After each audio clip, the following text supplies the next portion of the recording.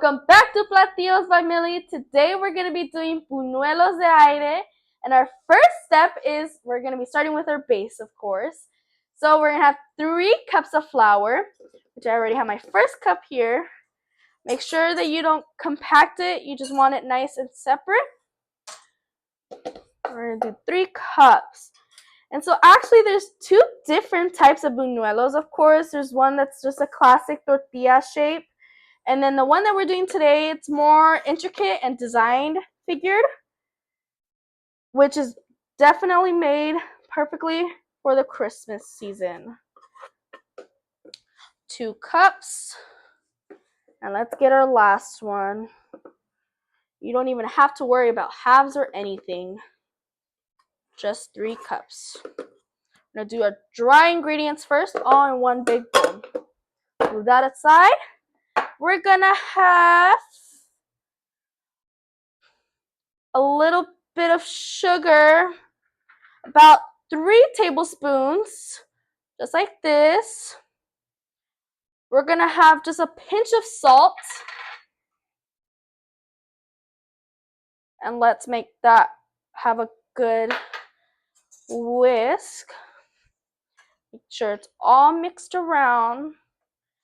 I believe I said this before, but this is eaten during the Christmas and Lent season by the Hispanic culture, as well as it's incorporated into American culture. It is said to be originated from either Spain or Rome, but they are linked to the Moors, which were the people who brought it to the Americas. So that's interesting. Okay, so now that we got our mix, let's move on to our wet ingredients. We're going to do 3 eggs. Let's make sure I don't crack them, so I'm going to do them in a separate bowl so I don't have any shells. 1,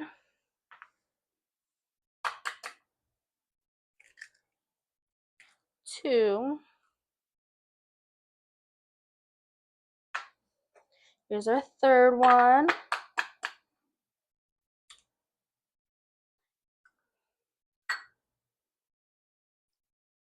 There we go. You rinse my hands real quick.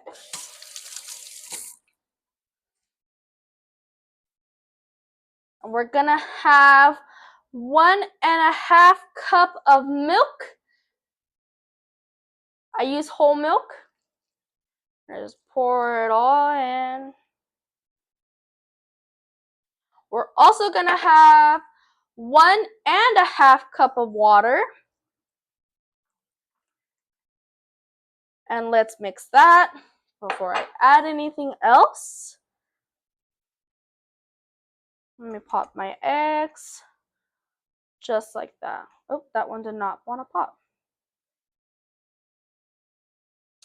Buñuelos de Aire symbolize good luck and fortune, which is why it's well incorporated into the Hispanic culture. And it could be topped with many different things, of course, but some similarities are, of course, sugar, syrup, cinnamon. Some interesting ones are like cocoa powder or even berries if you want a little fruity one. I found it interesting in my research that people top it with ice cream as well, even though it already has tons of sugar, but everyone to their taste. All right, just give it a good mix. My egg does not want to mix, but there we go. We're then going to add in our 1 tablespoon of vanilla. Just a second once I mix this flour in. You want to make sure it's all mixed, no bubbles of flour or anything. Just like that. Let's incorporate our 1 tablespoon of vanilla. Just like that.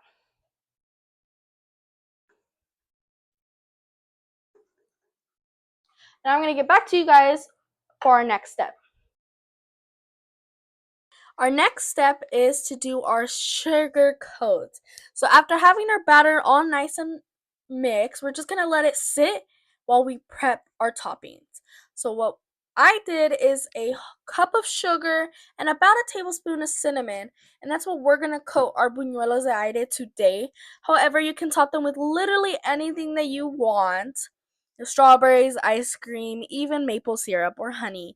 It could be topped with anything sugary or non-sugary, but this is what we're going to do today as it is a classic, as well as you can to adjust it to your taste. If you want more cinnamon or more sugar, that's okay. Our next step is just going to be mixing that, and it will clump up just a little bit, but make sure that all the clumps are out and it's nice and smooth, because once this is sugar coated and covered, our buñuelos, you don't want clumps to find. You want it perfectly even.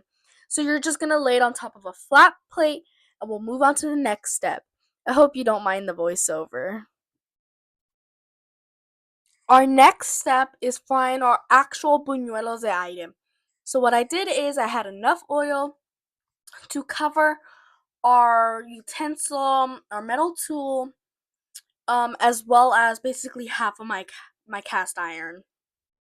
What you're going to do is heat up the oil, as well as at the same time you can be heating up the utensil. And this is because you don't want the batter to stick to it. So what I do is I have a separate plate with a paper towel so I can dab off the oil, because you don't want the oil to mix with the batter. And just like I'm showing right there, you want it to go right at the edge where to the point it's covering it, but do not cover the utensil, because then you'll get it stuck and there's no way getting it off without ruining it.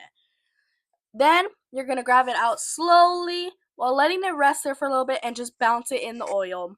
As you can see, it's falling off. That's perfect. That's what you just want. You don't want it stick to your iron. You want it to fall off, but just enough hold that it keeps on and holding its shape. If it falls right off, that means that you had too much oil on your tool or you're bouncing too hard. You want it, if you want to keep the shape, just keep it on there or just fit your tool back into the space, and just like that, let go. Once it's ready, you see it's like a light golden brown, not a full burnt crisp. And you're just going to flip it onto both sides, letting the oil get into the crevices and corners as such, and set it aside so that the oil can basically drip off of it a little bit, drying it just a little bit. You don't want all the oil to drip off, because then our sugar coat won't stick to it. As well as I'm showing you with a smaller design. However, you can do it with the bigger one, as you see in the corner. It's the same process. It's just a little bit harder because it's bigger, and usually with these tools, the bigger ones have more designs. Excuse me. Um, and and in general, it's the same process as you see here me repeating. You're just letting the tool heat up in the oil, dabbing off the oil, put it in the batter. Don't cover the tool. Bounce until it's like bubbly, golden crisp. Pull it off slowly, and then flip it so that all crevices are cooked, because you don't want raw dough. So that's what you're just gonna do, and we're gonna move on to the next step. Our next and final step of making the buñuelos de aire is doing our top coat, which is our sugar and cinnamon mix. What you're going to do is you're going to take your buñuelo de aire and you're going to dip it into the plate full of our sugary mix, and you're just going to shake it evenly, letting it coat evenly and dispersed onto our buñuelo. You don't want no blank spot, not full of the sugar and tastiness. And just like that, you're finished. You made the perfect, crisp dessert on our Mexican traditions. Yum. Don't forget to like and subscribe and hit that notification bell so you never miss a video. Bye.